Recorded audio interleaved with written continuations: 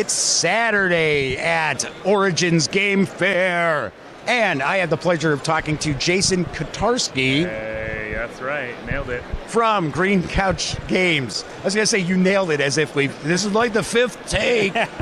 First take, everybody. I'm a dope, but, I could actually speak sometimes. So we're going to talk about quite a few releases. I learned about your company when you came out with Rocky Road a la mode. Yes. But I wanted to talk to you because you have a game premiering here at the show, and we're going to talk about a bunch of your titles that I actually, on my news segment on the Daily Dope, hopefully everybody's watching that I thought you had the most unique game name of all the new releases coming out because it is Before the Earth Explodes. Yeah.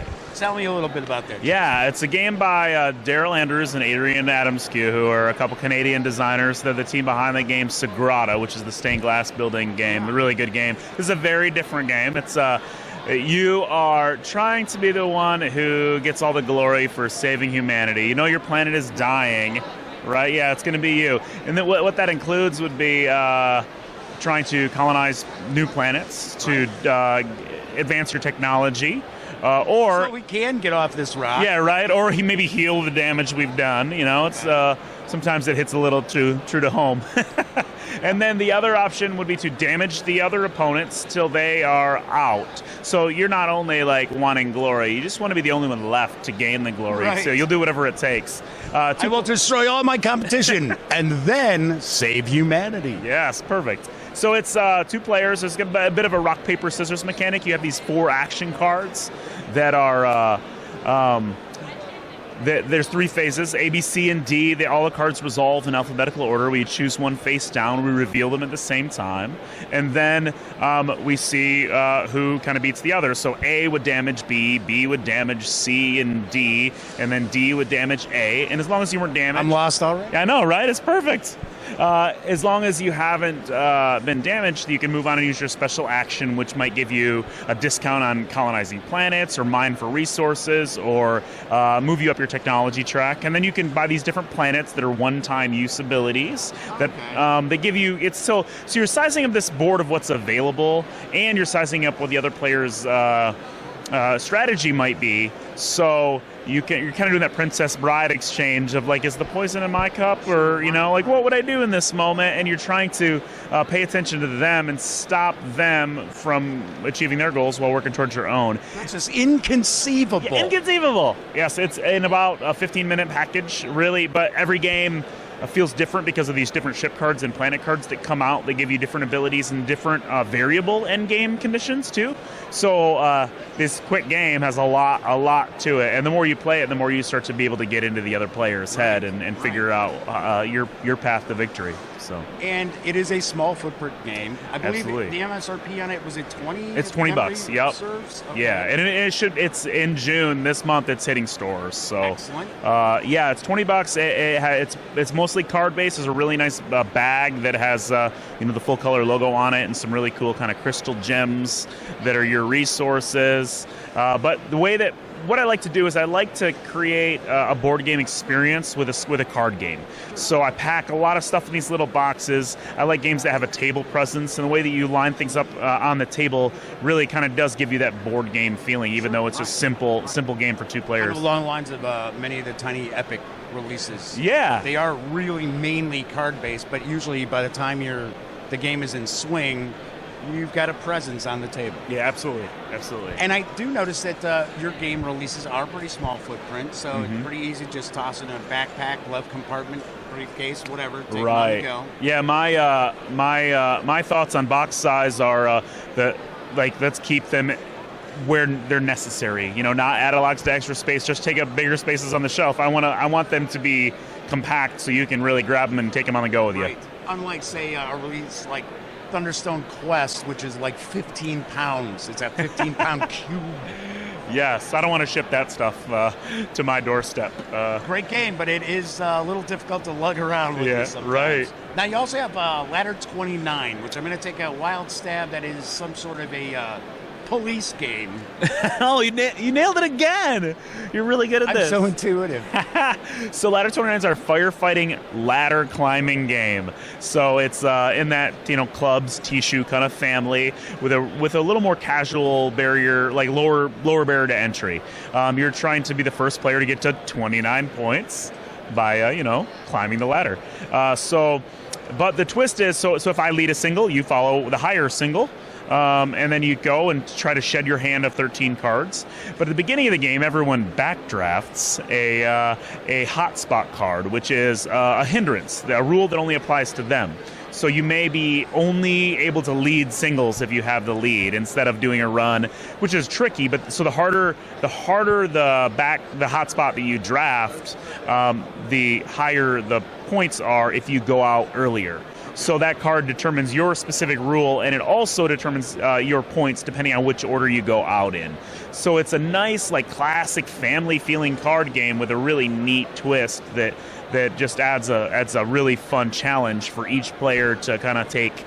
There's the easier ones where you can just draft start player, hang on to the lead the whole time, and you might go out early, but you don't get as many points for playing it safe. You got to be daring and risky, like awesome. Shackled with a penalty. Yeah, absolutely. Yeah, so that one's by Ben Pinchback and Matt Riddle, who do Fleet and Exit Empires and Wasteland Delivery Express. So some prolific designers, also from Michigan, where I'm from. Great designers, and I love a good card game. I love being able to introduce games to real casual players as well, or my family members who are familiar with Rummy and classic card games like that. So this is a good one because it has enough meat to it for a gamer to enjoy, but then it also works for people who just play simple card games as well. Sure. They understand the basics of it. So then you have another game that's on the horizon. Yeah, Filler is coming soon. We had a great Kickstarter for it. It's a game of filling pastries. You're trying to be the best pastry chef. You had a news release about that too. I think I did. Yeah, I think I did. I was when I first saw it, I saw Filler, and I thought, oh gosh, because everybody talks about filler games. Yes. I never refer to smaller, shorter games as filler. Yes. Because filler's bad. It's what they put in the ground beef, and it's Right. So that is the heart of Green Couch Games, is that I set out to kind of redeem that term, right? It's a term of infection to me, affection, but you might come down with something if you eat too much meat with filler. It's true. I have a podcast that's called the 20 Minutes of Filler, and it's 20-minute episodes about filler games. I love small games. I love quick games. I'd much rather play 3 games in an hour than one longer game. Right. And I call them wind up, wind down games. Oh yeah, that works. Because I happen, and much of my audience are I'm a big epic kind of game guy, but I also like to. Well, we're waiting for so-and-so to show up, so we know we got an hour, so we can get these 2 games in and things along those lines. For sure. So they wind up or wind down in evening or afternoon. Yeah. Well, filler about being about pastries, it makes for a good appetizer or a good dessert game as well, right? The beginning or the end of the night, or make an event out of it. I'd love to go on a pastry tour and eat all the pastries I can. The players all represent pastry chefs trying to absolutely. Pastries. It's a hand building game. So they're multi-use cards that have different information on them. They have ingredients that are in your pantry. They have time that you're going to show up to work, and they have some pastries that you're trying to fill. You're going to start with a starting hand of 3 cards. Everyone plays one face down. You reveal them, and then whoever showed up earlier for work gets to go first and use the ingredients that were left in their hand to fill a pastry that's in the recipe book that's on the table. When you fill one that's on the table, you pick that up into your hand. Now you've got new times and new resources, and they have different victory points possibilities, which are. So these cards are kind of multi-purpose. Absolutely. Yep. With great art by Claire Donaldson, very just like the kind of cards you would eat if they were food. And it is coming out 4th quarter this year. It's by Jonathan Schaffer, who's another. I've been hanging out with a lot of Grand Rapids, Michigan people since where I'm from, which has worked out nicely. From the Chicago area. Yeah. So, hey, we're neighbors. That's right.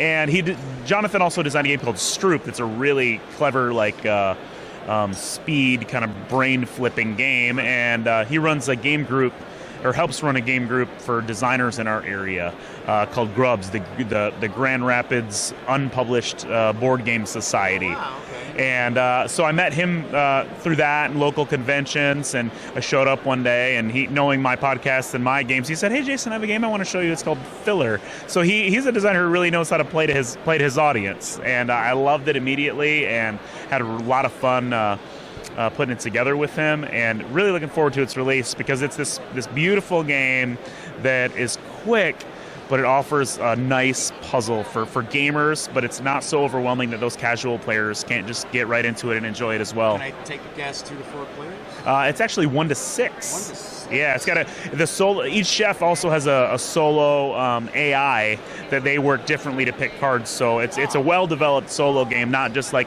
going for your high score. And then it plays all the way up to 6 with some advanced cards added in, and it takes about 30 minutes for any player count to play the game. So.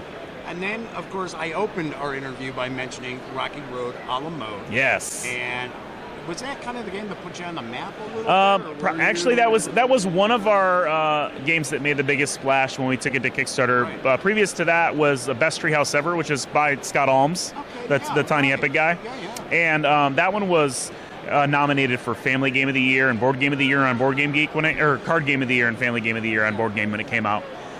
So that one really helped us. But then Rocky Road is each of the players own like an ice cream truck. We're driving around the neighborhood. It takes some elements of like time track games like Patchwork and Taekado, where everything you do costs time and you move forward, and it's only your turn if you're in the back. And then some Splendor type engine building stuff where you're playing music to call customers to your truck, and you're collecting the treats they want to serve them. And once you serve customers, you know what they want now, so you have permanent supply bonuses. So you always have an ice cream cone ready for future customers. And is it all about the money? It's all about the loyalty points. Yeah. And then when you get certain permanent supply bonuses, if you really know your neighborhood well, you're the king of certain turf. You can take over the park to get some extra points. You can take over the ball field or the pool to get some extra points on the weekends. So really neat game. It's very bright and colorful. So if you just looked at it, you might think it's a kid's game. We try to do themes that would catch like the average kind of game player, the family gamer, casual gamer's eye. But then it's like a small box. It's actually a crunchy little board game when you get into it. Nice little surprise inside. Yeah, absolutely. It's 2 to 4 players for that one. It's usually about 30-40 minutes to get through a game. Yeah, we love that one too. Jason, any other games that you want to talk about a little bit, or maybe a title that you've got that maybe you think deserves a little bit more love? Maybe it's flying under the radar. Absolutely. So I think of 2 right now. The one that I think flies under the radar because it's a game that is hard to see unless you actually experience it is a game called Outlawed by Ryan Cowler. It's a bluffing game where you're trying to apprehend the most outlaws to become the new deputy. Everyone has 11 cards that are the same character, and you play one of them face down. They're the outlaws you're trying to go after, and you can tell the truth about who you're trying to apprehend, or you can lie. And all the cards have an apprehend condition that depends on whether you lie, whether you tell the truth, whether other people lie and tell the truth, whether other cards are played at the same time. Right. So it's a game of understanding the interactions of these 11 outlaws, and then figuring out whether you can trust the other players. So if you're into coup or cockroach poker, those kind of reading each other, bluffing trust games, it's a fantastic 15-minute pub style bluffing game with a cool animals in the Wild West kind of theme. And what was the second game? The second one is one that is coming up. It'll be on Kickstarter later this year. It's by Chris Bryan from Board with Life, the TV show there on the internet.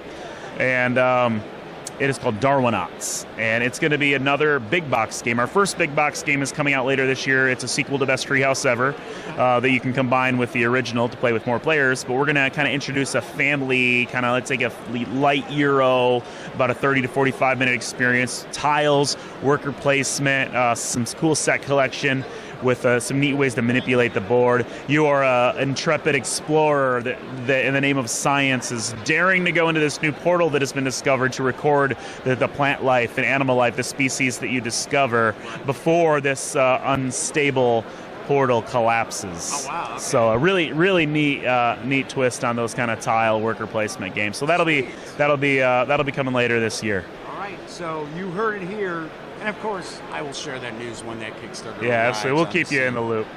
Jason, thank you so much for taking some time out. Saturday is crazy. It's always the busiest Origins Day. So Enjoy the rest of the Great. show, Hey, and thanks we'll for talk having me again. on. Thanks. Take care.